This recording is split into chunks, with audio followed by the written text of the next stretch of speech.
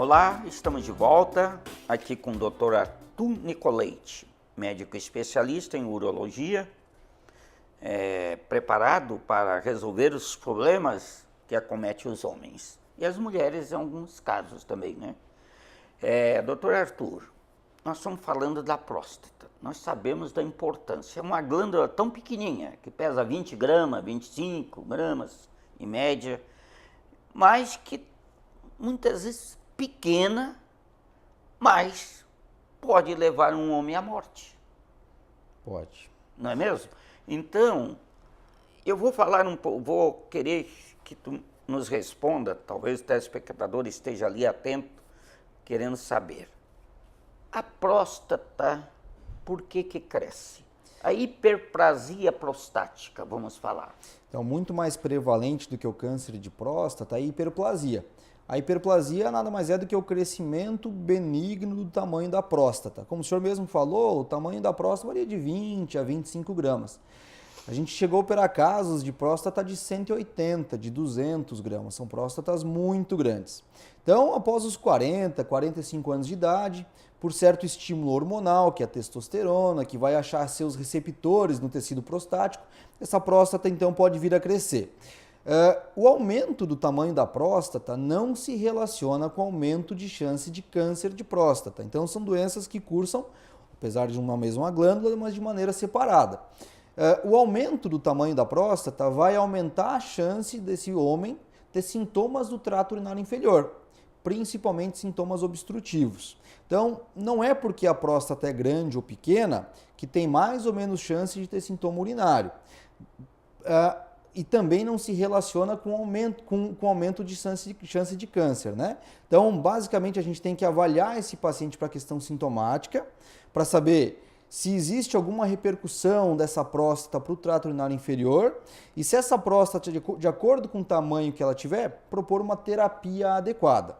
Esses sintomas, eles passam por sintomas de armazenamento, de esvaziamento e os obstrutivos, né? Então, eles podem ocorrer na fase de enchimento vesical, que aí o paciente vai apresentar uma frequência aumentada. Um dos principais sintomas que acontece com o aumento do tamanho de próstata é o aumento da frequência urinária à noite, que é chamada noctúria, e também pode apresentar sintomas obstrutivos, dificuldade de esvaziar a bexiga, ardência para urinar, que é chamada disúria, dificuldade de esvaziamento completo vesical, que é o tenesmo vesical. Então, esse paciente, após apresentar esses sintomas, ele vai ser rastreado para as doenças da próstata e, de acordo com o tamanho da próstata que ele apresentar, vai ser determinado qual é o tipo de tratamento. Mas não é todo homem que tem a próstata maior do que o normal que necessita tratar. Muitas vezes não, muitas vezes é só acompanhar. Na falta de um tratamento adequado, se a gente voltar para a década de 80, 70, a hiperplasia prostática levava os homens à morte por insuficiência renal. Então, de que adianta você ter 2 rins, 2 ureteres, uma bexiga, se a torneira está fechada, se o encanamento não tem para onde escoar toda aquela urina produzida? Então, na ausência de um tratamento adequado, a gente pode sofrer complicações graves para a bexiga e principalmente para o rim. Então, o intuito de tratar a hiperplasia é proteger o trato urinário, proteger o rim, por fim das contas, né? Todo aumento da próstata causa distúrbio no jato urinário? Não, nem todo aumento. Então, não é porque o homem tem a próstata grande que ele obrigatoriamente tem que ser tratado para os sintomas do trato urinário inferior. Não, a gente tem que avaliar cada caso, avaliar a musculatura da bexiga, avaliar a queixa do paciente. No seu caso, a gente avalia muito frequentemente o trato urinário inferior com ultrassom. Então, é muito importante as informações que nos são dadas pelo ultrassom, feito via abdominal mesmo, para avaliação de tamanho de próstata, de espessura de bexiga, principalmente do resíduo pós-miccional, que é a quantidade de urina que fica na bexiga após um jato urinário normal. Então, é muito importante a gente somar todas essas informações para avaliar a real necessidade de tratar um homem com aumento de tamanho de próstata. Porque é muito difícil a gente tomar um remédio de maneira contínua se a gente não sente nada. E muitas vezes não precisa. Então, se a próstata é grande e esse paciente não tem repercussão clínica nenhuma, a gente só acompanha. Porque muitas vezes o paciente até não tem uma próstata muito grande e tem sintoma urinário. E já apresenta sintomas. Com certeza a presença dos sintomas é mais comum quanto maior for a próstata. Mas é frequente aparecer no consultório pacientes até mais jovens, com próstatas de tamanho normal e apresentando sintomas relacionados à hiperplasia, algum grau de obstrução causado por essa próstata. Principalmente porque aumenta ali o lobo mediano, né? Anatomicamente falando, quando cresce o lobo mediano, é um lobo que está muito envolvido na sintomatologia. E é um lobo mediano, é a região central da glândula, ele responde muito pouco aos tratamentos clínicos. Então, quando a próstata cresce, existe um aumento proeminente da região central do lobo mediano, é muito mais provável que esse paciente, ao longo do segmento, venha a ter que operar, porque ele tem uma baixa resposta ao tratamento clínico. É porque a uretra, né? A uretra passa central. Passa ali. A próstata é transfixada, é atravessada pela uretra. Por isso, quando ela cresce... Obstrui. Perfeito. Né? E hoje, existe algum tratamento clínico Sim. para a hiperplasia prostática, para aqueles homens que estão nos assistindo hoje aqui? A maior parte dos pacientes que necessita tratamento, hoje em dia, tratamento é clínico. Existe uma chance muito grande de uma resposta ao tratamento conservador. A gente consegue uma redução de tamanho de próstata até de 40%, 50% com 6 meses do tratamento. Então, o tamanho da próstata vai indicar o tipo de tratamento que esse paciente vai fazer. Existe tratamento só com alfa-bloqueadores, que são remédios para relaxar a musculatura, para melhorar a contração da bexiga.